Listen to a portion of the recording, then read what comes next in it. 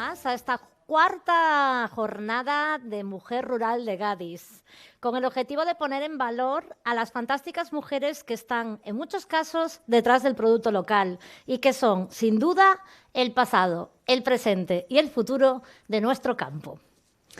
De esto sabe bien Melissa Pagliaro, directora de Marketing y RSC, que tanta ilusión tiene en estos encuentros y en el trabajo diario que hacen en Gadis para que todo esto sea posible. ¿Qué tal, Melissa? ¿Cómo estás? Muy bien, pues nada, eso. Buenos días a todas y a todos, los que estáis tanto aquí como nos estáis siguiendo por streaming. Muchas gracias por asistir a este cuarto foro de Gadis con las mujeres rurales. Queríamos agradecer a la Fundación Juana de Vega porque pues, nos acoge un año más aquí. Y pues a mí me encantaría comenzar mi intervención contando una historia, o sea, la historia de un niño que creía en sí mismo. Entonces, si vamos y vemos un vídeo, pues fantástico.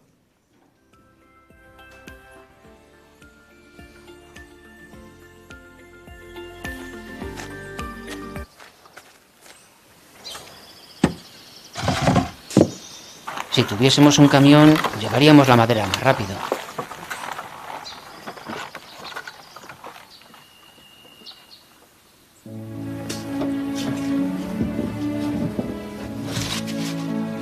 Si tuviésemos un camión... ¿Y con qué dinero lo vas a comprar?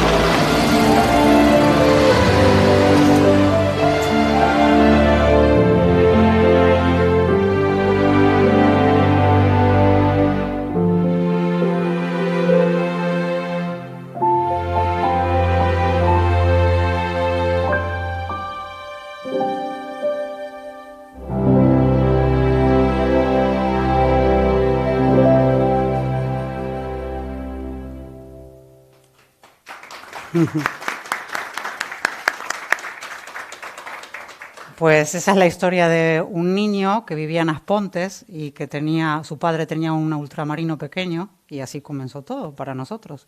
Creía en sí mismo, tenía un sueño y lo siguió. Hoy el Grupo Gadisa está presente en sectores estratégicos de la economía gallega. Con el sector de la alimentación operamos bajo Gadisa Retail, que seguramente nos conocéis más por los supermercados Gadis, pero somos una empresa 100% gallega, que pagamos nuestros impuestos aquí, que reinvertimos aquí y que apostamos por nuestra tierra. El año pasado en la parte de alimentación éramos 8.800 personas y bueno, operamos con distintas líneas de negocio. Conocéis los supermercados Gadis, que son supermercados propios, también las franquicias Claudio y Claudio Express, los autoservicios mayoristas Cashifa y tenemos 2 pequeñas tiendas de alimentación gourmet. Yo siempre... ¿Me va o no me va? Siempre me pasa lo mismo. Ahí, no, ahí está. Hoy en día escuchamos mucho hablar de la sostenibilidad, ¿no? Todo el mundo es la sostenibilidad y a mí me da miedo porque digo, se usa tanto esta palabra, ¿verdad? Y a lo mejor a veces como que queda vacía porque no tenemos muy claro qué es lo que significa o no sabemos lo que es. Y a veces parece que te están vendiendo humo, ¿no? Con estas palabras y no tienes muy claro qué es. Y bueno, yo creo, nosotros tenemos una forma de concebir la sostenibilidad que es lógica y simple. Quizás ser sostenible al fin y al cabo es poder mantenerte, ¿no? Ser posible a través del tiempo, ¿no? Y para eso, pues está bien que tengas en cuenta el medio ambiente, por supuesto, pero creo que tiene 3 patas fundamentales, que son la economía, las personas y el planeta. Como un banco, en este caso con 3 patas, ¿no? Si una pata no funciona, se cae todo el banco. Entonces, creemos fundamental tener en cuenta esos 3 pilares como idea para nosotros de la sostenibilidad. Yo siempre digo que nosotros fuimos una empresa sostenible desde que nacimos y esto quizás tiene un poco que ver con la idiosincrasia de las empresas gallegas que nacieron después de la posguerra y castellano-leonesas también, ¿no? Con esa forma de mirar a largo plazo, de planificar, de preocuparte por tu vecino, de preocuparte por el ambiente, por tu planeta, cuidarlo, que al fin y al cabo no deja de ser algo que es lógico, ¿no? Pero que bueno, fueron sostenibles antes quizás de que la palabra sostenibilidad pues fuese moderna. Nosotros cuando abrimos nuestro almacén de producto fresco, que es Mercaverde, que tenemos en Betanzos, lo hicimos con un objetivo súper claro, que era conectar al pequeño productor local con el consumidor final. Y es verdad que empezamos con un productor que a lo mejor pues, nos traía 4 lechugas y a día de hoy pues trabajamos con más de 900 productores locales de alimentación. Nosotros apostamos firmemente por el producto local, creemos que al fin y al cabo trabajar con el producto local pues genera riqueza en el rural porque evita la despoblación, recorre menos distancias, por lo tanto es menos contaminante. A esto con el tiempo hemos ido aprendiendo y también pues nuestro modelo logístico ha ido cambiando, lo hemos ido mejorando, todos hemos crecido de la mano con nuestros productores locales. Nosotros trabajamos con una logística que se le llama logística inversa, que es básicamente nuestros camiones que van a las tiendas a llevar la mercancía no vuelven vacíos. Primero, obviamente que establecemos rutas súper planificadas para intentar recorrer las menos distancias posibles y ser más eficientes en ese caso, pero también, bueno, todo el cartón o plástico que utilizan nuestras tiendas en los envoltorios, pues vuelven a nuestro almacén, en donde tenemos pues un equipo dedicado exclusivamente al reciclaje y nuestras cajas de servicio a domicilio o de la venta de Gadis Line, que es nuestro e-commerce, nuestra página web, pues están hechas de ese cartón. También nuestro modelo de negocio creo que nos ayuda a esta sostenibilidad.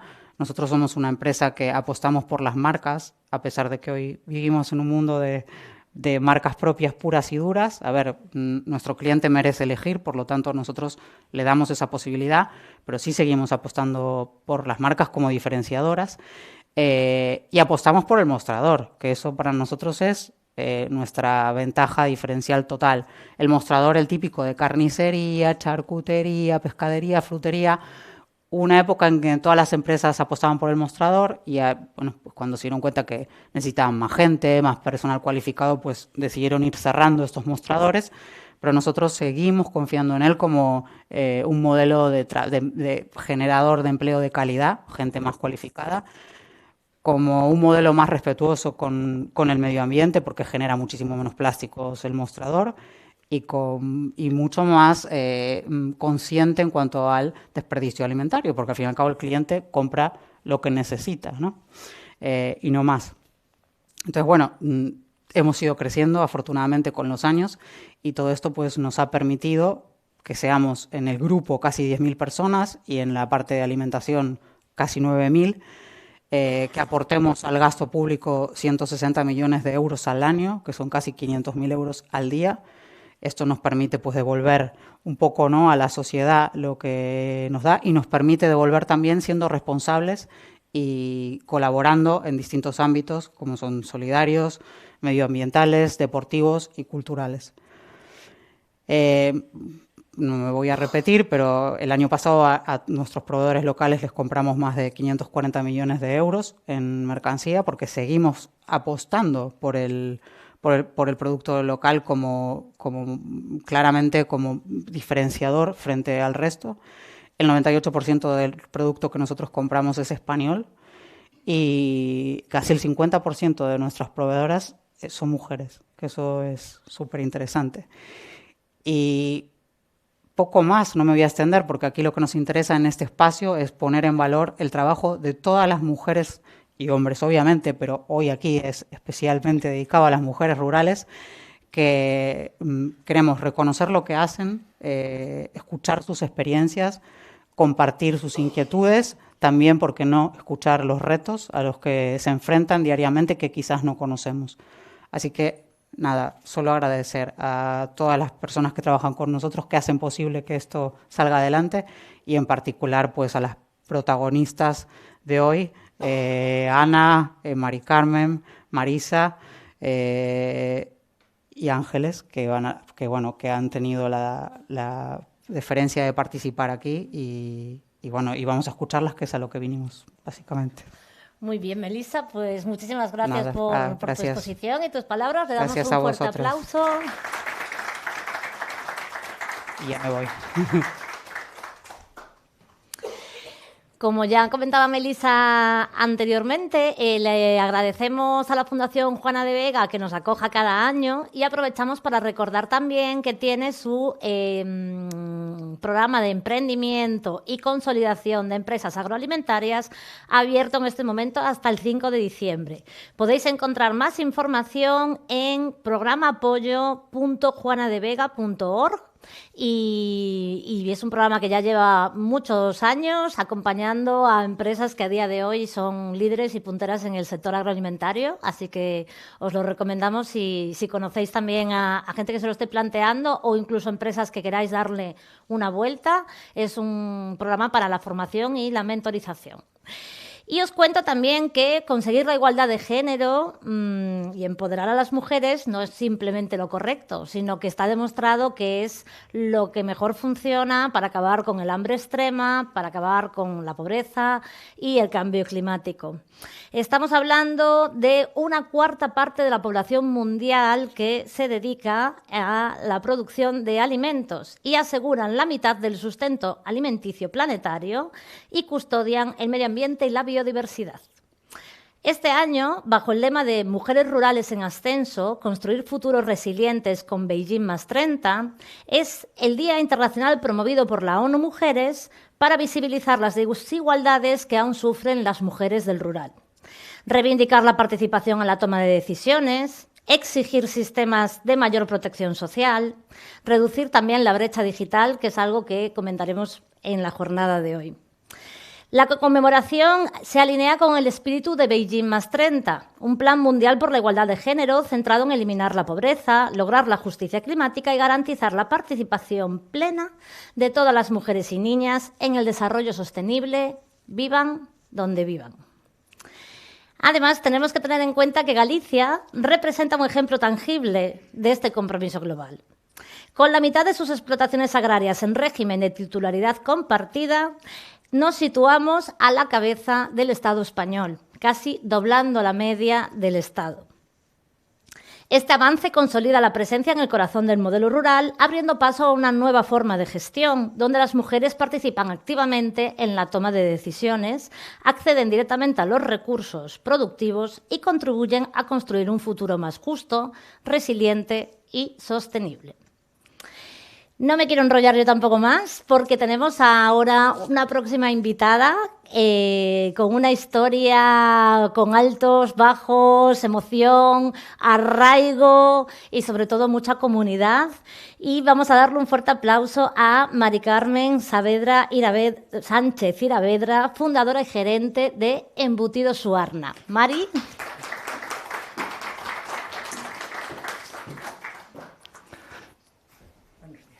Buenos días, Bueno. Mari. Buenos días. ¿Qué tal? ¿Cómo estás? Pues encantada y muy agradecida de estar aquí esta mañana. Agradecidas estamos también nosotras de poder compartir este ratito. Yo personalmente que tuve el placer de visitarte en la fábrica y salir impregnada de ese olor a humo a pueblo auténtico, que fue una auténtica maravilla, y también degustar las delicias que producís. Muy bien, pues encantada también de recibiros allí en Navia de Suarna. Qué bien, pues efectivamente Mari está en Navia de Suarna, y si os parece vamos a ver su vídeo primero para conocerla un poquito más y veréis a lo que me refiero con el olor a pueblo. Mira que por aquí creo que vienen a revisar el micro. Y os cuento que la producción de los embutidos en Suarna es un modelo tradicional que además recuperaron un embutido muy típico de la zona de los Ancares. Vamos a ver el vídeo, por favor.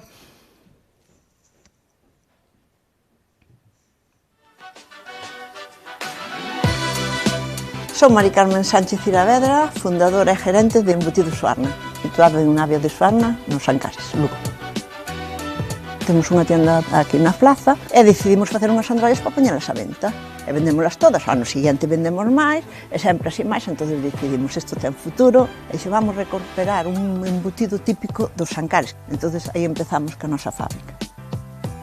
Nesta pequeniña fábrica facemos, pois, sobre todo, androias, chorizo normal, chorizo picante, salchichón, lomo, e demais produtos do cocho, e todo de maneira artesanal e seguindo a tradición, como se facía antes nas casas. Afumamos, e adobamos con sal, pimentón e allo e atamos a mão. Hoy podo dicir que estou super orgullosa de o que levo feito, de manter isto aquí no rural. Tivemos aí momentos difíciles en que non sabía se íbamos poder seguir adiante ou non. Podo dicir que iso é o que máis me sinto orgullosa, de poder haber seguido ca fábrica dando traballo a unhas mulleres que dependían de min, e que collín unhas mulleres para seguir traballando aquí comigo e darlle vida ao que é a zona dos Ancares, a Navia de Suarna, o meu pequeno grau de area de poder axudar a seguir co pueblo vai arriba.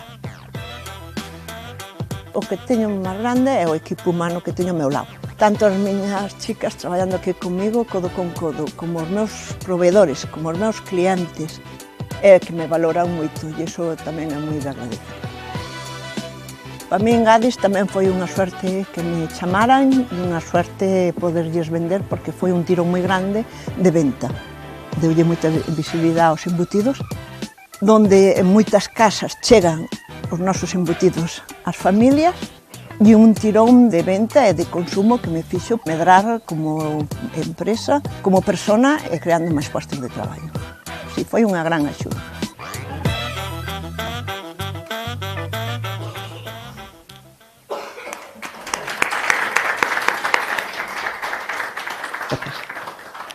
Bueno, Mari, Navia de Suarna no corazón. Sempre. Sempre. Hai un Sempre. vínculo emocional Sí. moi forte aí, Sí. e algo que ademais fíxote non querer moverte. Sí. Conteme un pouco. Bueno, eu nacín a 30 km de Lugo, estaba estudiando veterinaria e por amor, pois caseime, pensaba que iba a seguir estudiando, a acabar a carreira, pero non, xa me quedei no pueblo e xa parei de estudiar, e tiñamos unha tienda, que aínda temos unha tienda ali, un supermercado no centro do pueblo. Entonces estuvemos 3 fillos e había unha festa da que fixeron da androlla, que era un embutido moi típico dali dos Ancares. Entonces non había que no comercializara, só se facía nas casas. Entonces, pois, tiñamos así eso, para que a festa fora arriba polo ben da tienda, nos pensábamos na festa polo ben da tienda. Entonces decidimos de facer unhas androllas para vendelas na festa, para seguir que a festa medrara. Entonces, bueno, vimos que aquilo tuvera unha aceptación buenísima, estaban buenísimas, e alguén as probou que é de Barcelona, porque ali a xente dali dos Ancares emigrou a Barcelona, e claro, tiñan unhas tiendas ali de produtos galegos en Barcelona, entonces chamáronos, mira, tedes que facernos unhas androllas para traelas aquí e tal. E aí empezamos, cada ano unhas pouquiñas máis, empezamos facendo donde se facían na casa, donde a nosa abuela facía as androllas, e empezamos, medrar, que nos chamaban dun lado do outro para facer as androllas, e decidimos facer un pequeno obrador para facer solo androllas na época de inverno e de carnaval. Porque primeiro, claro, é un embutido moi estacional a priori. Sí. O sea, era algo que se comía moito no carnaval. Sí. E ademais moi típico da zona dos Ancares, porque non é algo que se coñeza moito. Se queres explicar un pouco que é a androlla. Bueno, ahora sí que xa se conoce máis, ahora sí. É un embutido que está por carne picada, carne costilla, solo costilla picada e uns poquiños de coiros, sin grasa, que os picamos a mao, e a carne picamos a mao, e adobámola con sal, pimentón e allo, nada máis. E embutímola na tripa do collo. E atámola por arriba e por abaixo. E despois esa... A ver, un momento, coido que temos aquí un problemiña co audio, pode ser? Nos estaba contando porque, efectivamente, cando fomos de visita, ver a produción, era unha produción, pois, como dicíamos antes, completamente artesanal. E androlla, tanto os chorizos, o están facendo que di, non? Que non leva conservantes nin colorantes. Nin colorantes, nada, solo adobado con sal, pimentón, allo. Facémolo, seguimos a tradición, como se facía sempre. E eso levámolo ao fumeiro.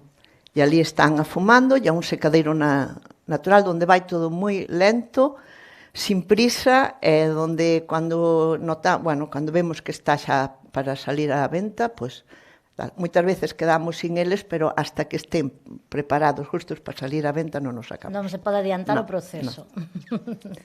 Que ben, Mari. Entón, contanos un pouco, porque ti tamén contas moito a historia do lugar, non? Cando alguén chega a Navia por primeira vez, raro que non saiba da existencia de Embutidos Suarna ou da tenda, porque está no corazón do pobo. Que crees que tamén a xente experimenta na aldea? Bueno, ali Navia é a zona dos Ancares é un pueblo, estaba falando antes cunha rapaza, é moi singular, non? Parece que non chegas en ningún lado, porque estamos lejos, parece que non chegas, pero, cando ves ali, ves un pueblín tan ben feito, sempre dicen, aquí que hai que ver, e digo, mirade todo que hai que ver, solo dar unha volta ao pueblo já é que a xente. A xente moi familiar, os veciños, todo o mundo ali nos intentan, levámonos o mellor porque dependemos uns dos outros. Isto falábamos moito porque, claro, a ser tamén na montaña, sí. Non? É algo que tradicionalmente, sen o apoio da comunidade, é imposible sair adiante. Sí. Ali todos uns, por exemplo, as rapazas que teño traballando comigo, pois facemos unha piña, sempre digo do gran equipo humano, porque somos unha piña, non? Se hoy non pode vir traballar unha, pois, arreglamos de maneira que podemos solucionar o problema. E, todas as mulleres que tivemos ali, tres que tivemos gemelos, que tamén ten moito chiste. As tres tivechedes gemelos. Que íbamos facer un spot publicitario, si gemelos queres tener embutidos de suarnas de comer. Pero, al final non sabemos tal e como está a situación, non sabíamos. Pero, sí, é verdad que fai moita gracia. Entonces, tuvemos que cuidar, eu cando empecé tuve que cuidar a meus sogros, tuve que cuidar aos abuelos, cuidar 3 nenos. Empezamos cunha vida así, eu fui moi ama de casa, de cuidadora, pero tamén moi de estar sempre no obrador e na tienda traballando. Claro, porque isto é outra cuestión importante que sí que é un pouco máis indivisible do rural, non? Onde eses roles son un pouco máis tradicionais e é bastante indivisible o rol da muller traballadora, da muller coidadora. Sí. O que ten que ver tamén con non só descendentes, senón tamén ascendentes, non? Sí. A min complicouseme, non se me complicou, pero sempre considerei unha persona moi independente, pero tuve que estar moito no obrador traballando, no obrador tal, e eu non salía, non era a cara visible da empresa. A cara visible da empresa era meu home, que era o que salía a vender, a tal, eu quedábame sempre ali. Despois, por enfermedade del e por circunstancia, el falleceu, entonces tuve que coller. Eu nunca coller unha furgoneta, non conducía furgoneta, non iba... E a verdade é que tuve que collerme de valor, tiña 3 fillos, tiña xente que dependían de min, as rapazas dependían de min. Eu quería seguir luchando polo que estábamos facendo, que era un proxecto moi bonito e do que creía e que tiña unha aceptación increíble. Entonces eu dixen, temos que salir, e non pensei desde o minuto 1, collín a furgoneta e pa diante, sempre. E a día de hoxe andas furgoneta para arriba, furgoneta para baixo. Sí. A día de hoxe xa casi non sei o que é estar no obrador, cambiaron os papeles. Pero a verdad que aí tuven tamén o apoio das miñas chicas, das miñas traballadoras que souperon entender que eu tiña que salir, que non era quedarme ali que tal, e que elas se fixeron casi cargo do obrador e de que as cousas saliran ben e eu dedicarme a vender e a facer, porque, bueno, naquel momento tamén necesitábamos diñeiro en efectivo por uns tratamentos. Entonces eu que fixen? Pois digo, a mellor maneira é feiras gastronómicas, dedicarme a coller a furgoneta ao meu puesto e ir vendendo as feiras gastronómicas. E, bueno, a verdad que tuve unha aceptación buenísima, o produto tiña moitísima aceptación, e aí foi onde realmente unha persona de Gadis me viu, probou os embutidos e me dixo, estes embutidos teñen que estar en Gadis. E que lle teño un cariño especial porque, bueno, gracias a él, cheguei a Gadis e dai para arriba.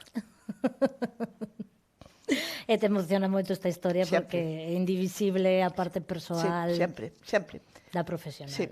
Porque, bueno, si tes un traballo onde tamén entra o corazón, as emocións, que traballas onde tú queres traballar, traballas cunha xente que che fai a vida moi agradable, faz un produto no que tú crees e no que realmente ves que ten moitísima aceptación e te relaciones con unhas persoas que tanto proveedores, que sempre son os mesmos. Os meus proveedores non os cambio, teño o da carne sempre o mesmo, que é da provincia de Lugo. Que me contabas, ademais, que ali os axudades todos uns a outros. Sí. Ela é unha competencia, pero que me axuda muchísimo. Sempre que necesito, tuve un problema de maquinaria, tal, sempre tuve aí unha axuda, e iso hai que valoralo, agradecelo, e que, bueno, que temos que axudar aí facer un vínculo personal. Claro que sí. E ademais de, claro, da calidade do produto que non local e ben pertiño, non? Sí, claro, e, bueno, por todo. E además hai un trato de tú a tú. Claro. Pásame tamén cando vou vender as tiendas, vou eu personalmente, por teléfono, sempre me gusta ese trato, ou algún problema, ou, bueno, ou si sobra ou falta mercancía, sempre ter un trato moi personal. A miña tamén filosofía é ter un trato moi personal ca miña xente, cos meus proveedores e os meus clientes, sí. Porque comenzou un pouco como necesidade, despois tamén atopaches aí unha parte que te gustaba moito, esta social, de relacionarte, non? De que te den o feedback directamente a ti e poder atender aí. Sí, claro, bueno, gústame falar ca xente, gústame conocer personas, e, bueno, a verdade que estou encantadísima. E ademais dicías, porque tamén a xente pode pensar, pero madre mía, Navia de Suarna queda moi lonxe, e ao final me dicías, bueno, tampouco para tanto, que no centro de Lugo estamos en canto. En 3/4 de hora. 3/4 de hora, xa lles gustarían en Madrid. Sí, no, bueno, parece que é o que dicía, porque a xente que non conoce parece que, bueno, son uns kilómetros de carretera, de montaña, evidentemente, pero, bueno, estamos máis cerca de Madrid que nadie, que estamos aí. Que sí, moi ben. E un pouco o tema de ter todo mulleres na empresa, foi algo buscado, surdiu de maneira natural? Non, foi normal, porque, bueno, ali o que temos os homens normalmente traballan ou no campo, ou de albañiles ou tal, e, bueno, teño 2 rapazas que estuveron comigo desde que empezamos, que, bueno, que eran tamén ali madres do colegio, nenas, tal, e, bueno, eu ahora teño 2 rapazas novas, e contratar esta temporada ahora de inverno outras 2 rapazas máis. Que ademais eso, claro, tamén fixa a poboación é unha forma de manter vivo, non? Porque o que dis, moita xente emigrou pois sobre todo cara a Barcelona, non? Eso tamén dalle un pouco un aire máis cosmopolita ás veces a Navia, non? Sobre todo en épocas estivais. Pero despois o inverno hai que pasalo. É duro.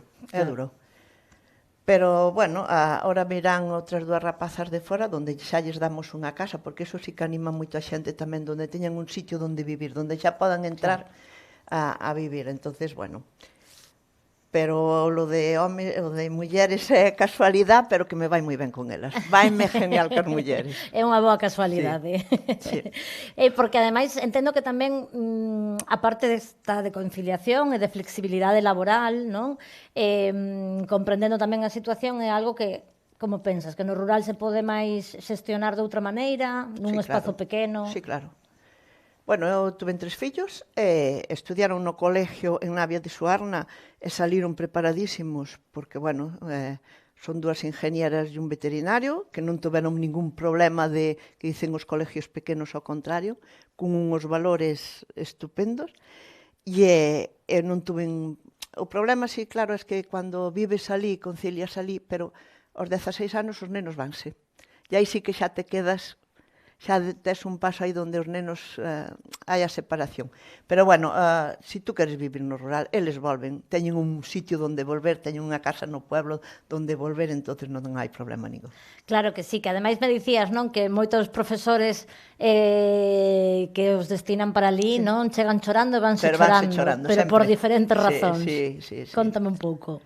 Sí, é verdade, é que dicen, é que me tocou Navia ir ali, tal e cual. E digo, bueno, eu veño a Lugo casi todos os días, a Coruña, bueno, aquí non hai un problema. E dice, sí, pero a distancia, tal. E a hora de marcharse, dicen, que pena desta xente, destes nenos, os nenos do rural, que son moi dóciles, que marchan chorando.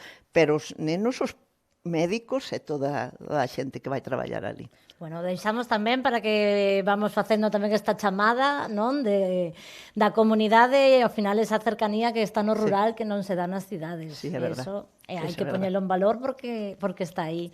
E ademais, claro, me contabas que a túa teoría é que os nenos son máis dóciles. Sí. Porque críanse moitas veces cos avós, sí. E con persoas maiores. Eso é fundamental. E falan, e xogan, e ollen historias como vivían os avós, como xugaban as cousas, fan xuguetes ali. Hai nenos que veñen ali que teñen unha hora de transporte. Vivir eso. E iso dalles unha humanidade, non sei, a min é que me tira moito. Eu que oigo a xente de falar dos nenos do rural que se crían, bueno, de outra maneira. Sí. Ese contacto tamén ca natureza, co aire libre. Sí. Claro, bueno, non podo dicir moito, porque eu teño os 3 fillos marcharon, emigraron, entonces aí teño aí un punto, pero bueno, conto que volvan. Contamos con que volvan, está ben tamén que se vayan a explorar, non? E o mellor despois, pois, cando xa queran arraigar de outra maneira, teñen un espazo. Que aprendan, que vivan outras vivencias, que teñan outro mundo, e despois, que volvan. Sí, eso é moi importante precisamente, non, polo que dicimos que a partir dos 16 é que é certo que mellor o bachiller xa teñen que ir facelo a outras partes máis urbanas, e de aí os estudos superiores, pois no teu caso, efectivamente, non saíron nada mal do colexio de Navia. Non, moi ben. E que despois pois teñan tamén súa experiencia laboral, vexan co que está no mundo, podan comparar, e o importante despois é ese retorno, non? Que aínda estamos aí en proceso. Sí, temos ali unha finca grande de 15 hectáreas onde a miña ilusión e o meu gran é poder ter cochos ali dentro desa finca de raza autóctona ali e cerrar o ciclo. E pechar o ciclo, eso, madre mía. Sería a miña bueno, por min, pola ilusión e por facer tamén a zona, dar máis posto de traballo, dar máis visibilidade aos ancares ali con ese proxecto que teño aí. Que bonito, Mari. Pois esperamos entón que esa chica economía circular tradicional, da de toda a vida, non? Que tiveras directamente a materia prima e ademais de raza autóctona e cultivada no espazo. Sí. E seguir mantendo sobre todo a tradición, e seguir mantendo eses valores e ese de facer as cousas como se facían antes, sin prisa e solo a facendo como se facía antes. Que ademais, por exemplo, me dicías que a leña que tedes é toda... Da finca, é de Carballo, dali da finca, que tamén damos traballo a unha xente que nos corta a leña, que nos leva a leña, que nos guarda, e aí sí que son homes. Eses roles tradicionais, non? Que todavía mantense, que están aí. Que bonito, Mari. Ademais, o teu traballo ten recoñecemento tanto dentro como fora de Galicia, non? Se queres contarnos un pouquiño, porque sei por aí que recibiches algúns galardóns. Sí. Bueno, ali no Liceo en Barcelona fixeron unha historia moi bonita de os galegos ali, porque, bueno, ali, como dixen, a xente migrou moito a Barcelona. Conta un pouco, porque en que época máis ou menos foi esta migración? Bueno, pois nos anos 70, 60, 70, toda a xente dali, montaron negocios de restauración e de de tiendas de produtos galegos, que aí foi que nos tiraron moito por nós tamén, porque dicían, ese produto tan bueno que traedes, por que non o mandades? Porque cando nos empezamos a vender las androllas, en Lugo non se conocía o que era unha androlla. E ali sí, ali xa, porque toda a xente camorriña, e además querían probar a facer cocidos galegos. Entón, bueno, tamén fixeron festa da androlla, dali con 1000 comensales ali, claro, que reunían a toda a xente dali da zona, e, bueno, entonces nos mandábamos os embutidos para lá, e facían a festa onde íbamos nós, e, bueno, tratábamos como, bueno, e despois fixeronme unha historia moi bonita ali no liceo para reconocer o meu labor como facendo eses embutidos, e, bueno, e algunha cosa como muller rural emprendedora, e, bueno, moitas cosas. Moi agradecida por todo iso, porque, bueno, eu sempre digo, ese é o meu traballo, eu nací nese o sea, fixen ese traballo como outra xente, tal, pero aínda así todo o mundo me pon en valor o que fago, que eu non o vexo como tal, é o meu traballo, pero moi agradecida, sempre moi agradecida.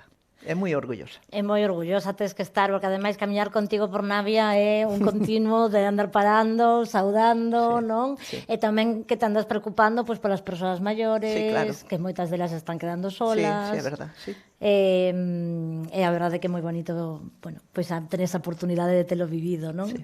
E ademais, como que tamén se está convertendo un pouco, ademais de todos estes barceloneses e barcelonesas que retornan, teñen súas casas, sí, as arreglaron, e eso fai que en épocas pois aumente esa poboación, o coñecemento da sí, zona e do valor dos Ancares.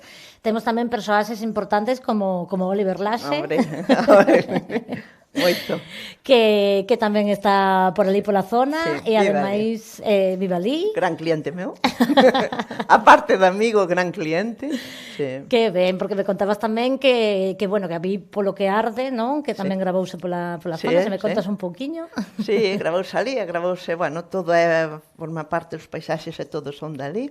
Bueno, algúns de Ourense, e, bueno, tamén nunha casa que tiña ali nun pueblo tamén gravou ali. E, bueno, e agora vai nos levar a Hollywood, e, bueno, a ver, esperemos que salga algo dali. Pero, bueno, xa polo menos xa nos dá unha visibilidad tremenda. Tremenda, porque... Esa cantidad de xente que ven ali ao pueblo a ver onde? Onde sí, está Oliver? Sí. E iso dá vida a un pueblo, moita, claro, moita. Os fines de semana enchese de xente, vai moita xente.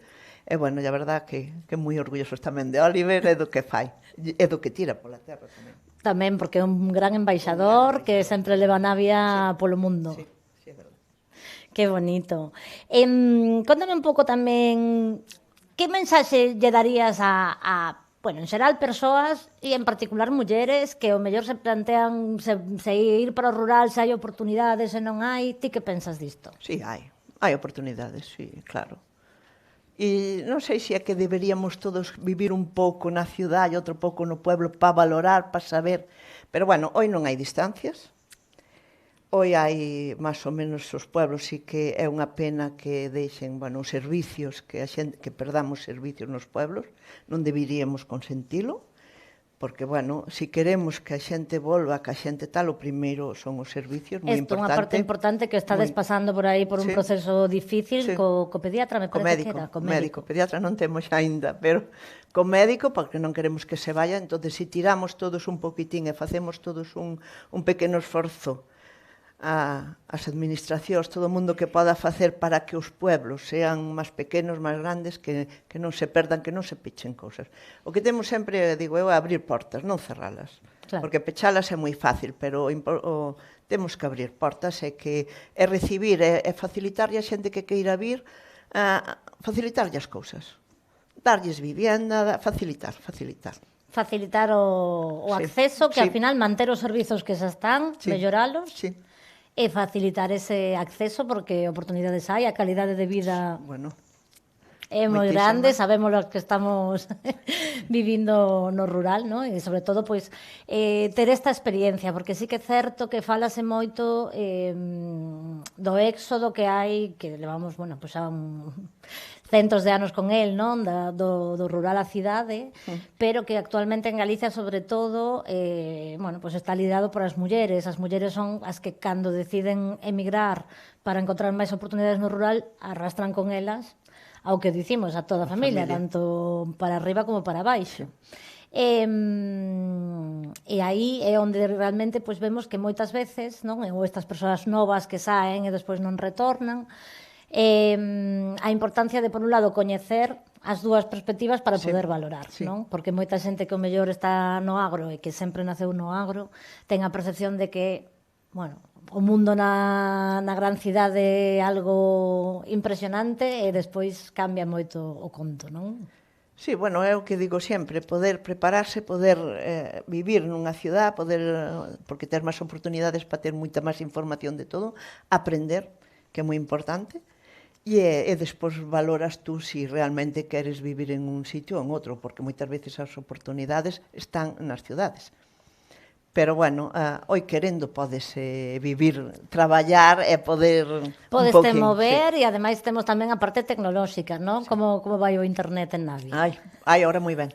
Ahora moi ben. Tuvemos as nosas e, bueno, cando todo... Sí, moito. Eu acórdome de coller a furgoneta para ir a 5 kilómetros ali, conectarme nunha esquiniña e volver e tal. E dicíame, que che pasa? Eu, nada. Pero, bueno, ahora vai moi ben. Ahora vai moi ben. Sí. O teletraballo é unha opción real. Real, total. A posibilidade de tenda online tamén está aí sobrevoando. Sí, claro. Así que, bueno, pues a seguir innovando e a seguir tendo pues, por bandeira a Navia de Suarna e tamén pues, eses recoñecementos tan merecidísimos, Mari. A verdade é que eu invito a todo o mundo que se tedes a oportunidade de pasar por ali tedes unha embaixadora fantástica que ademais bueno, pues encantada de ensinar tamén o espazo. Sí. Pois eu invito vos a todos a vir ali a Navia de Suarna, teño unha tienda ali pequeniña ali na plaza. E, bueno, ali se non estou eu, están unhas das miñas rapazas que vos van a atender con moito gusto. E é un sitio para ir, polo menos unha vez, sí que é moi bonito para ir. Moi ben, Mari, pois moitísimas grazas. Non sei se alguén quere facerle alguna pregunta a Mari, aproveitando que a temos por aquí.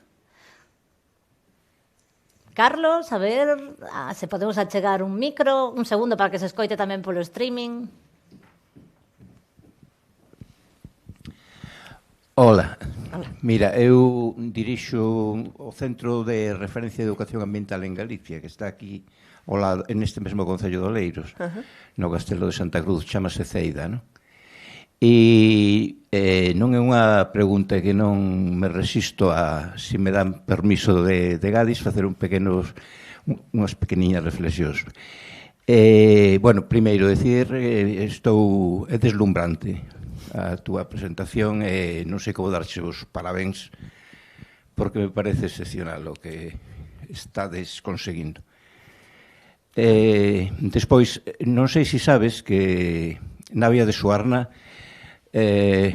poido non existir porque houve un proxecto de facer un gran encoro ali que se chama o Gran Suarna e son das persoas que loitaron para conseguir salvar Navia de Suarna. Gracias. Conseguimos paralizalo hai uns anos, pero estuvemos como 40 anos desde o proxecto a conseguir que por fin fora anulado definitivamente, non? E iso posibilita que o mundo rural que ti representas teña o futuro que é necesario para o país, porque dice que Navia de Suarna está lonxe. As expectativas é curioso como mudan ao longo do tempo, porque houve unha altura na cal Navia non era menos que Sarria, non era menos que Sada ou que Oleiros, era máis.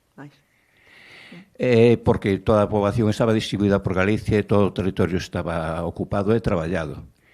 Que desapareza, hai unha tendencia que en Galicia se deu moi recentemente, que na maioría de Europa se deu antes de traslación de cidade das persoas ás zonas urbanas, en particular o litoral, non?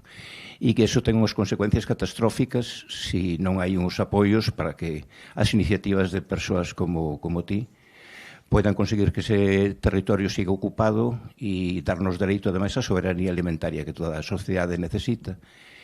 Se iso non se fai, todo queda abandonado, logo arde. Iso ten uns costes non só ambientais, senón terribles e ademais xa non son só os lumes, que é o máis evidente, non? Senón toda a perda de todo o coñecemento tradicional acumulado durante séculos e séculos por nosos antepasados, que se non hai quen manteña esa tradición, todo ese coñecemento tradicional que é tan importante como o coñecemento científico, porque son complementarios, estamos perdendo unha parte do noso patrimonio increíble e unha identidade que fai que existamos como nación europea, non? Entonces, nin nave está tan lonxe si somos como sociedade capaces. Ese territorio ten un potencial excepcional, lo estades demostrando ti, que volva unha persona como Oliver para aí, pero todo o que significa de potencial é excepcional e só fai falta que haixa persoas da túa valía e os apoios institucionais, iso que é moito máis fácil pechar portas que logo volver a abrilas.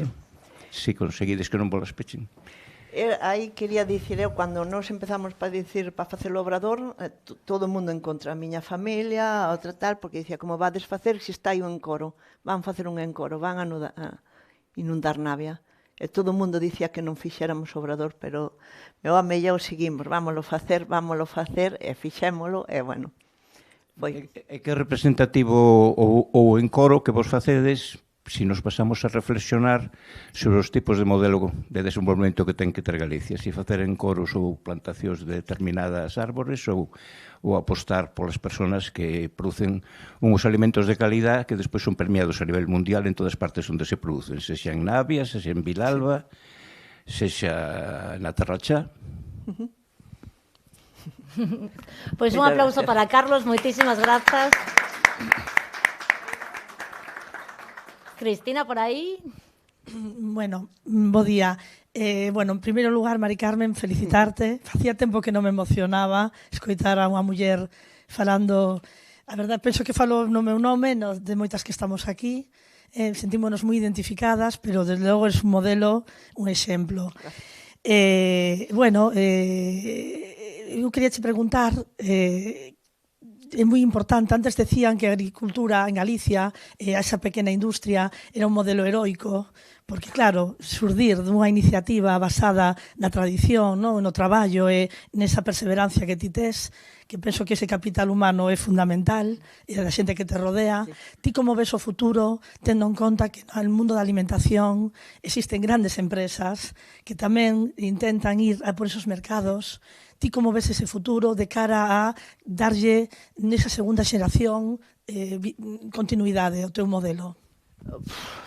A ver, nos empezamos con ese embutido, con esa androlla. Yo non a conocía nadie, yo e todas as cárnicas elaboran androlla. Entonces aí sí que me están... Pero bueno, eu ca miña calidad, eu sigo ca miña maneira de traballar, ca nosa maneira de traballar, ca nosa e tal, e seguimos tendo moitísima aceptación, seguimos vendendo e vamos seguir por esa liña, ainda que podíamoslo facer moito máis rápido, máis fácil, máis tal, pero non. A miña idea é seguir así e vamos seguir, ainda que nos coste máis, ainda que valga máis o produto, porque, bueno, costa máis, porque leva outras... Pero, bueno, nos seguimos aí en la lucha, todos temos que facer, se crees en un produto, crees unha cosa, tens que seguir e non cambiándolo, porque moitas veces tens que cambiarlo por necesidade, pero, bueno, eu estou. Claro sí, eu sigo aí. E, sobre todo, pensando en formas e modos de ampliar valor a ese produto. Sí. Por exemplo, o que dicías, non? De poder pechar o ciclo e que eso... Claro, ten que ter unha potencia de comunicación e de que a xente entenda o valor brutal que ten comprar ese produto a diferencia de un produto completamente industrial de algunha macroempresa, macrogranxa ou que sexa, non? Sí, pero bueno, aí seguimos os pequeniños aí luchando aí, e bueno, sobre todo porque tes unha maneira de pensar, unha maneira de vivir e unha maneira de creer nas cousas, bueno. Esa pasión e esa capacidade de comunicación que tes, que enamora, que ali onde vexamos embutidos de Suarna, ali imos. Moitísimas grazas. Moitísimas gracias. No, que me dicían a veces que Bontal dice, pero tú que vendes? Embutido vendes ao pueblo? Digo, eu vendo todo. Vendo embutido e co embutido vai ao pueblo e que, bueno, de verdade. Pois con eso nos quedamos, con todo. Embutido Suarna, Navio de Suarna e Mari Carmen, porque unha maravilla. Un forte aplauso. Moitísimas gracias. Moitas gracias, de verdade, de todo corazón. Gracias. Pois podes ir. Que bonito. Canto me alegra que puidéramos todos e todas disfrutar de este testimonio, porque de verdad que visitala foi un regalo. Temos esta cuestión de que durante décadas, non, dende as zonas máis urbanas, parecía que existía como un relato sobre o rural, sobre un espazo difícil, ardo, que a xente o que quería era escapar dali. E isto tamén fixo moito dano, non, a narrativa que se foi un pouco instalando como se fora unha cousa do pasado, non? De que era algo que xa tiñamos que superar. En realidade, vemos que isto non é real, que afortunadamente tamén vai cambiando esta visión, e este evento é unha proba total delo, non? Hoxe en día o rural galego non é un lugar do pasado, senón un espacio de innovación social, de sustentabilidade e tamén de liderado femenino. E aquí vemos mulleres que emprenden, que diversifican a economía, que xestionan a terra e xeneran tamén ese arraigo, como nos comentaba Mari. Vale? Nese proceso de cambio abre un horizonte pois cheo de posibilidades e para iso vamos a coñecer as nosas novas protagonistas desta xornada na que temos a María Luisa Mata Rial, Ana Raja, Ángeles Freire Peteiro, por favor, subide por aquí con nós. Un forte aplauso.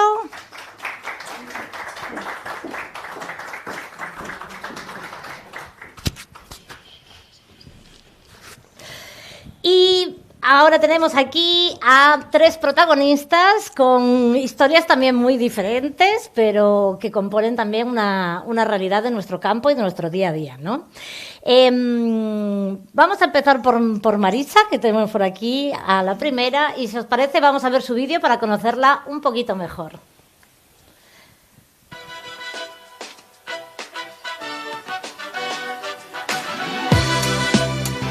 Son María Luisa Mata Rial, son de Zas, pertenezco a Costa da Morte, son agricultora e me dedico a plantar hortalizas, puerros, cebolas, patatas, repolos, judías, pimientos e pouco máis.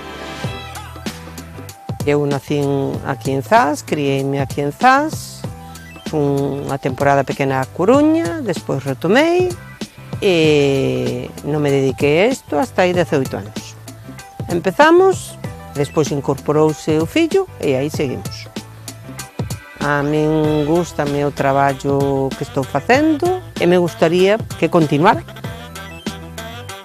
E o que máis valoro é a liberdade do traballo que teño, de vivir ao aire libre e de facer o que me gusta. Estes anos evolucionamos bastante, a mí me gustaría evolucionar un pouco máis en invernaderos, pero veremos se se poderá ou non.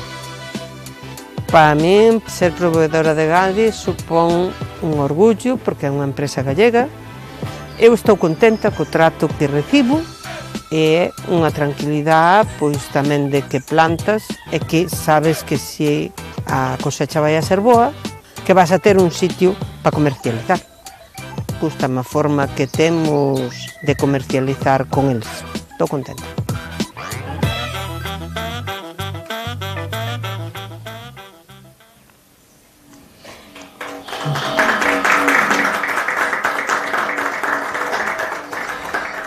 ¿Cómo estás, Marisa? Bueno, un pouco emocionada. Un pouco emocionada. Sí. Porque, claro que sí. Ti me dicías, ademais, que non é de sempre, que só hai 18 anos que te dedicas a isto. A ver, na nosa casa sempre houbo uns poucos animales, se traballaba o campo, pero para consumo propio, non eso. Despois empezamos, pois hai 18 anos, fallecer meu pai, porque tiña os dous pais maiores, eu nacín cando eles eran moi maiores, entonces me tocou de axudalos cando non podían. Entonces, a raíz de fallecer el, pois, por unhas charlas, pois empezamos a comercializar. E despois a o iba a deixar, porque, estaba a miña nai e non podía atender a todo, pero foi cando o fillo dixo que é el que lle gustaba. Entonces, xa nos pusemos os dous. Man a man. Exactamente, sí. Qué bonito, Marisa. Pois despois vamos a retomar. Vou presentar tamén a próxima compañeira, a Ana Raja. Ana además viene de otra comunidad, bastante casi de las antípodas españolas. Vamos a ver el vídeo de Ana, por favor, y así la conocemos un poquito mejor.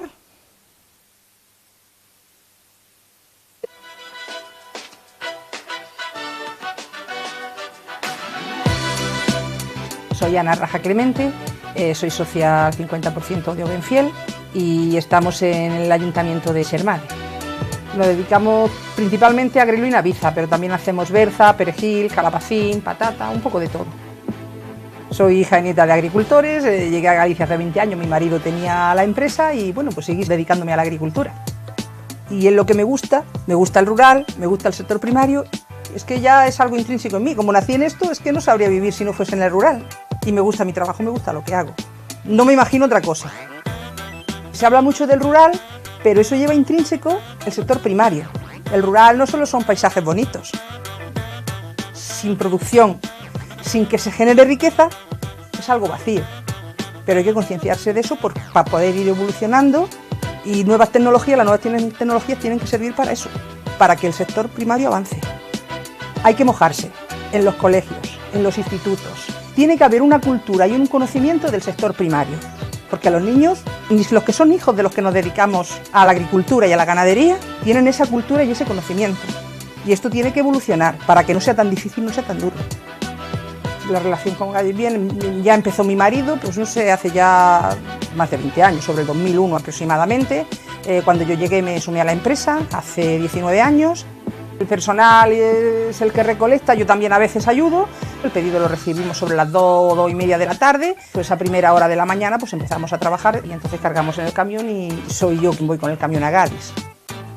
Lo que más valoro de Gadis, el trato recibido, la forma de trabajar y la garantía de que mi producto se va a vender y voy a cobrar.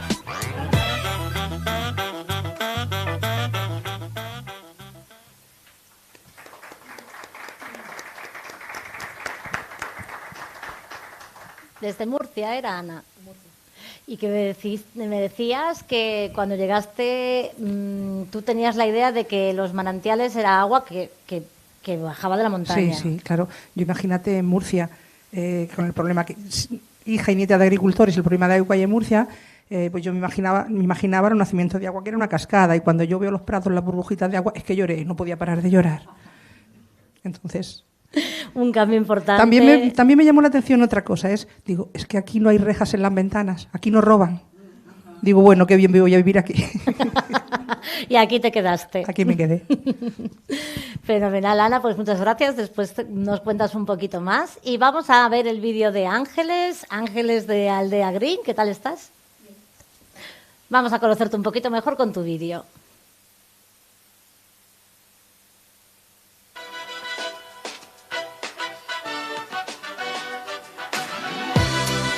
Chámome Ángeles, son a propietaria de Aldea Green, unha empresa que unha parte dela está dedicada a produtos hortícolas tales como fresa, repolo e tomate rosadiño. Estamos situados á beira daqui do río Tambre, pertenece ao Xuntamento de Vila Santá, moi pretiño de Curtis, unha altitude que nos favorece moito para todos os nosos cultivos. Viñamos do sector lácteo, eu tamén estive na cidade, pero gustábame moito o rural porque creo que é calidade de vida. Optamos pola tecnoloxía para ser máis eficientes. A fresa está en hidropónico, todos os días se mide o pH, a conductividade para ter unha máxima produción e que a produción sexa mellor. E eu poido ser capaz de ir á fresa, probar unha fresa e saber se está ben na conductividade, no pH, sin mirar. Somos libres de residuos porque eres capaz perfectamente de quitar fresa, tomate ou calquer outro cultivo sin usar ningún pesticida, nin insecticida, nin nada. Sí que tens que ser moi constante con a loita biolóxica e para min é un orgullo. Antes de chegar a Gadis damos moitísimos botes, un sitio, en outro, intermediarios, E cando chegamos a Gadis, pois tuvemos unha satisfacción enorme porque o produto foi valorado como produto galego que é desde que sale da explotación hasta que chega ao consumidor final. O consumidor final sabe se ese produto é galego. Nunca estivemos tan ben tratados como con eles.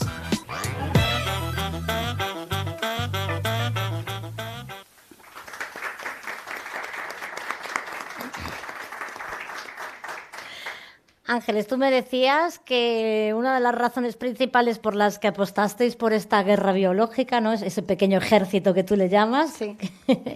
Es por tu niña. Sí, sí, es un orgullo saber que la niña puede ir a coger cualquier fresa y poder comerla sin que esté libre de residuos. Sin tener que lavarla antes Sí. y que pueda estar libremente por la explotación, ¿no? Y es un orgullo para ti que esto Sí. sea así.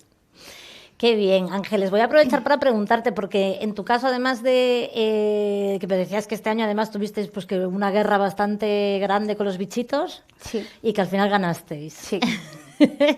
Cuéntanos un poco qué es esto de la guerra biológica para la gente que no lo conozca. Pues nosotros hacemos sueltas de unos bichos que van a comer a los otros bichos. O sea, yo tengo un ejército que va a combatir el bicho malo, que es el que está haciendo daño a la cosecha. Y nada, hay que ser muy constantes, verlo a tiempo, porque si no lo ves a tiempo, el ejército que tienes enfrente va a ser mucho más potente que el tuyo. Y bueno, este año sí que hemos tenido ahí un pequeño problema y al final lo hemos solventado y salió muy bien y aún está produciendo muchísimo. Efectivamente, aún vimos la producción a tope Sí. hace unas semanas. Y también la cuestión de que vosotros no veníais de este sector. No. Veníais del sector lácteo. Sí. ¿Y cómo fue ese cambio? Para el sector lácteo quizá necesitábamos más base territorial y damos por hecho que ya nos gustaba el rural y entonces pues apostamos pues por otro sector. Y, Otro sector. Bueno, empezamos en este y muy orgullosos. ¿Y cómo llegasteis a la fresa? ¿Cómo llegamos a la fresa? Pues porque queríamos que, no fue casualidad, sí que fue un poco el estudio del mercado y vimos que era un producto que podría tener una aceptación grande, puesto que la fresa gallega es un producto bastante demandado y fuera de temporada, porque estaría Huelva, que produce en invierno, pero en verano no produce por las elevadas temperaturas. Entonces ahí entraríamos nosotros con nuestro producto. Y bueno, lo hemos probado, ha salido bien Y además hay otra característica importante porque en tu caso representa muy bien, estáis hablando de que hubo un estudio de mercado, es decir, fue Sí. estratégica la decisión que tomasteis. Y después también la cuestión de producir en hidropónico, ¿no? En incluir la tecnología como una parte fundamental de vuestro modelo. Cuéntanos un poco cómo, porque sale en el vídeo, ¿no? Que medís el pH y tú dices, yo ya me lo sé esto. Sí, con el paso del tiempo tú ya sabes, si pruebas una fresa, ya sabes si está bien o está mal. El cultivo, pues optamos por ese cultivo, al principio sí que lo hemos puesto en tierra, es muy complicado, la mano de obra, la recolección agachado, es muy complicado, ya es complejo encontrar mano de obra así, pues, y de la otra forma pues todavía más. En hidropónico aprovechamos el producto al 100%, no se desperdicia nada, y en la tierra sí tienes más desperdicios, porque el contacto con el suelo, la propia humedad, cualquier insecto, bueno. Más complicado. Es más complicado. Y sin embargo, de esta manera me decías además que una vez hecha ya la inversión inicial, ¿no? A día de hoy, para poder plantearos aumentar, el coste sería un poco el mismo. Es decir, Sí. que lo que hacéis es aumentar en eficiencia. Sí, claro. Tú tienes ya unas máquinas que tanto van a hacer ese trabajo como van a doblarlo, incluso triplicarlo. Entonces, una vez que ya sabes cómo funciona, cuál es el proceso para obtener ese producto, que en este caso es la fresa, pues ya ha llegado ese momento, doblar o triplicar no te supone ningún. Y me comentabas que una de las partes más difíciles fue encontrar un buen consultor, vamos a llamarle, ¿no? Que os pudiera apoyar en ese proceso inicial de cómo hacer el cultivo. Sí, porque, a ver, estamos aquí en Galicia, no es el sector hortícola, no es un sector potente como tú, sin embargo, en leche sí que tú encuentras cualquier técnico cualificado para todo, pero en huerta no estamos en una zona, y sí, al final hemos encontrado un técnico que era vasco, que nos era pionero en hidroponía, nos ha echado una mano muy, muy grande. Esta persona ha fallecido y bueno, cogimos lo bueno de él, nos quedamos con la sabiduría que él nos aportó y bueno, ahora estamos con otros técnicos, pero bueno, no tan buenos. Que eso también es una parte importante, ¿no? Cuando hablamos de posibilidades del rural, pues necesitamos técnicos potentes y diversificados, ¿no? Y además en cultivos tanto innovadores por un lado como libres de tóxicos, ¿no? Por otro, como bien dices. Sí, el mayor técnico eres tú. Tú eres quien tienes que valorar los problemas ya de antemano, saberlos. Pero sí que detrás tiene que haber alguien que te guíe y que te diga esto es así, así, así, así, para tal resultado. Muy importante. Qué bien, Ángeles. Tú representas un poco esta parte de cómo emprender también en el rural, pues desde el lugar de pensar bien las posibilidades, hacer un plan estratégico, innovar y buscar esa eficiencia, ¿no? A medida que vais ampliando y consiguiendo llegar pues más lejos. Sí, fundamental.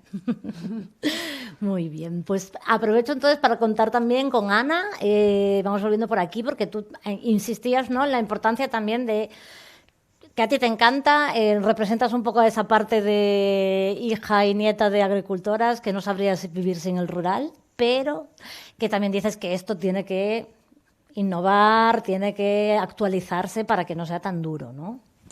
Sí, porque vamos a ver, nosotros sobre todo trabajamos con grelo en invierno y entonces no encuentras gente para trabajar. Es un trabajo muy duro, las heladas, trabajar agachado.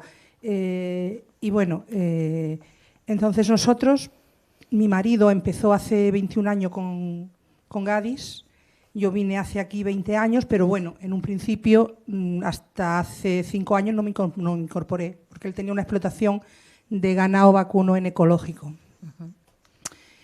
Y bueno, siempre me gustó. Cuando llegué a Galicia, yo me encontré la Murcia de hacía 20 años, que a mí me decía, es que Galicia está atrasada. Y entonces yo pensé, no, el atraso que tiene Galicia en realidad es un adelanto. En realidad es un adelanto, es una oportunidad para seguir. Entonces, hace 5 años el socio que tenía mi marido se marchó y yo soy ahora copropietaria de él. Y bueno, ahora también vamos a abrir una casa de turismo rural en la explotación. Cuéntame un poco, porque esta es una parte fundamental de la importancia de la diversificación, ¿no? Sí. En el campo. Por un lado estáis hablando de que tenéis huerta, tenéis ganado, sí, y ahora empezasteis con este nuevo modelo de turismo rural. Porque a pesar de todo, bueno, nuestra actividad principal es la verdura y nuestro principal cliente es Gadis. Pero claro, en la agricultura, eso tanto en el pasado, presente o futuro, no sé si se oye, ¿sí? Me siento rara. Siempre ha habido que diversificar. En la agricultura hay años buenos y hay años muy malos, porque trabajamos, o sea, luchamos con plagas, luchamos con el clima. Y entonces, claro, yo cuando en la ganadería, pues, si un año te viene mal dada en la huerta porque hay plagas, porque sobre todo en el grelo si hay un invierno que no llueve nada, pues vendes poco. Pues bueno, y si vendes 3 terneros, eso te va salvando. Luego yo también me di cuenta de que tanto cuando aquí en Galicia iban al sur de turismo o cuando venían aquí, en realidad, haciendo turismo no se conoce la verdad de la tierra. No se conoce la verdad de la tierra. Yo tuve un grupo de gente de Murcia que vinieron a hacer un concierto y les di de comer en casa y decían, les hice caldo gallego y me decían, es que esto no es lo que comemos nosotros por ahí. Les hice una ruta por la finca y entonces nuestro hobby de mi marido y mío era arreglar la casa de su padre. Y Y bueno, dices, bueno, pues nuestra actividad principal va a seguir siendo la verdura, pero si un día te va mal y quitas 100 euros de un sitio, pues eso que te ha salvado. Y más que eso, también la satisfacción personal de si un día viene alguien de la ciudad o de algo, poder decir, mira, esto es el campo, este es el rural. Porque yo tengo una amiga que tiene una casa de turismo rural en Asturias y un niño de 7 años tenía allí gallinas y dice, mira, acaba de poner un huevo. Y salió corriendo porque el huevo estaba caliente. Entonces, para mí, la satisfacción sería esa, seguir en la verdura, seguir evolucionando y en la verdura, en la ganadería y, sobre todo, esa casa ya económicamente, por supuesto, es interesante, pero sobre todo para plasmar lo que es porque es que veo que no se conoce. Dar a conocer yo doy la realidad de lo rural. Que lo conocí, que tenemos la huerta, sí, las vacas y la casa. Entonces es algo que sí, claro, para esos turistas que puedan ir a ese espacio de realmente experimentar lo que es la vida tradicional gallega. Porque a mí también me pasó, si me permites, un caso, una de las veces que yo fui a Murcia y subí, iba sola en el coche, y casi nunca paro porque siempre vamos con prisa. Nosotros los agricultores siempre vamos con prisa. No sé por qué, o soy yo, o siempre vamos con prisa. Y digo, bueno, voy a parar en Arévalo y voy a ver el castillo de Arévalo. Yo iba buscando la parte histórica y me encuentro que en el castillo había la mayor exposición de variedades de trigo de toda Europa y que fue parte de la red y silo de granero de España. Pero lo que más me sorprendió es que, eso que te preguntan, ¿de dónde vienes? Yo digo, bueno, pues yo vengo de un pueblo chiquitito de Lugo que se llama Xermade y ¿a qué te dedicas? Pues me dedico a la agricultura. Los dos guías que estaban allí, es imposible, en Galicia no hay agricultura. Entonces, es que es muy triste, porque sí que hay agricultura, no podemos compararnos con otras zonas, pero tenemos lo que tenemos. Por ejemplo, lo que estamos nosotros, el Grelo, la Naviza, la Berza, pues en otros sitios no pueden competir con nosotros. Imposible competir con el Grelo gallego. Muchas gracias, Ana, por también esa visión, ¿no? desde otro lugar y muchas gracias también por haber cogido a Galicia con tanto cariño y hacer ese caldo gallego para los que vengan de fuera. Marisa, en tu caso me decías antes, ¿no? Que volviste, o sea, que tampoco unos cursos, o sea, en tu caso también la importancia de promocionar, ¿no? Sí. Lo que estábamos viendo, pues desde la fundación también aquí, Juana de Vega, de promocionar que el rural tiene opciones y entonces fuiste a unos cursos un poco porque te dijeron, bueno, una compañera te dijo, apúntate conmigo. Exactamente, a unos cursos sobre huerta que coincidió que eran allí en el pueblo y bueno, de allí fuimos a Fonteboa donde siguieron más cursos y de allí pues ya empezamos a plantar, que nos parecía que era una cosa muy sencilla porque era algo que hiciéramos siempre, pero no tiene nada que ver lo que haces para autoconsumo tuyo con lo de la venta y hubo que aprender mucho. Fueron unos cursos intensivos después sobre el campo, claro. Sobre el terreno, claro. Exactamente. Y en tu caso, tu hijo dijo, sí, esto también me gusta. Sí, a mi hijo le gusta. A lo mejor pienso que demasiado. Que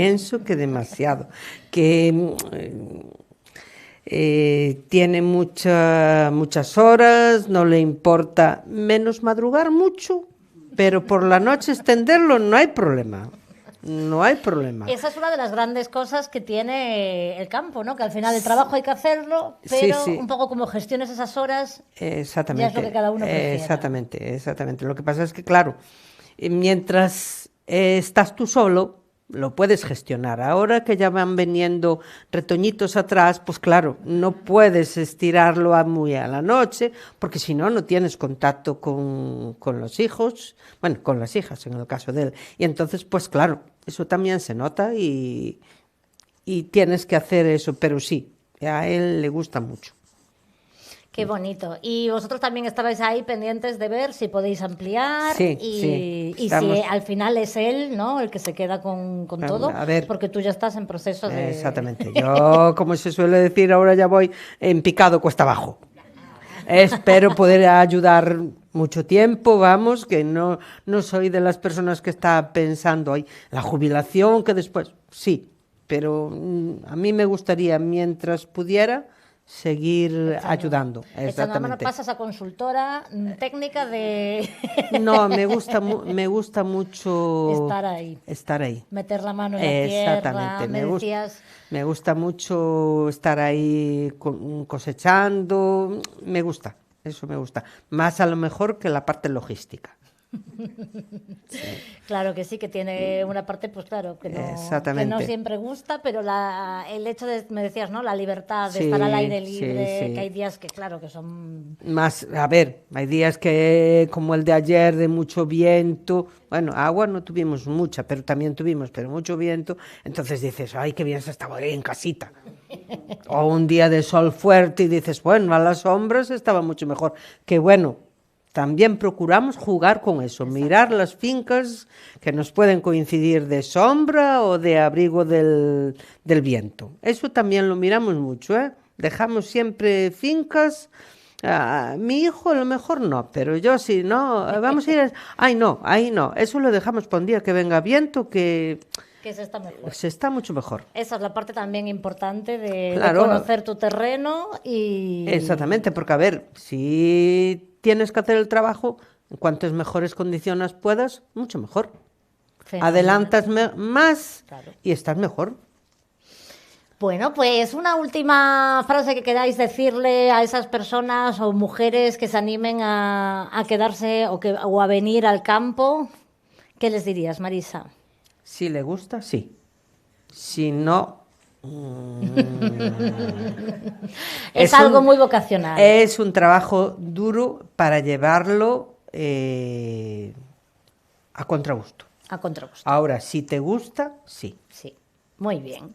Ana, ¿tú qué les dirías? Pues lo que ha dicho ella, tiene que gustar, pero si no lo trabajamos desde la base, no vamos a encontrar a quien le guste. Entonces, está muy bien el Día de la Mujer Rural, pero debería existir también el Día del Niño y la Niña Rural. Debería inculcársele y que lo conociesen mejor. No quiere decir con esto que te vas a pintar una maravilla, pero que vayan conociendo lo que es el sector primario, porque es la base para que sobreviva nuestra sociedad. Qué bien, Ana, muchas gracias. Ángeles. Nada, animarlas que se escapen, que se vengan al rural. Qué bien, pues muchísimas gracias, un fuerte aplauso le damos a nuestras protagonistas. Podéis ir bajando, gracias. Y ya con esto pues llegamos al final de esta cuarta jornada de Mujer Rural de Gadis y hemos demostrado que el rural no es un espacio del pasado, que tiene mucho presente y mucho futuro, que es importante conocer también esos retos y no idealizarlo, pero desde luego no demonizarlo y entender que esa libertad, esa flexibilidad y esa pasión es muy difícil de encontrar en otros lugares. Hay muchas formas, desde quien lo habita por herencia, quien decide volver, quien apuesta por la innovación o por el cierre del círculo de la economía circular. Y cualquiera de estos caminos tienen muchas posibilidades. Queda camino por recorrer. Esa mejora de servicios que hemos hablado, conservarlos, que haya apoyo también de las instituciones, empresas como Gadis que apuesten por pequeños productores para que ellos puedan realizar esa parte que la comercialización evidentemente es muy diferente de lo que es la producción y cada uno que se dedique a esa parte de expertise. Y dar muchísimas gracias también a todas las personas que habéis participado, tanto presencialmente como en streaming. Un año más. Deseamos volver a veros el año que viene y un fuerte aplauso para todas y todos los participantes. Muchas gracias.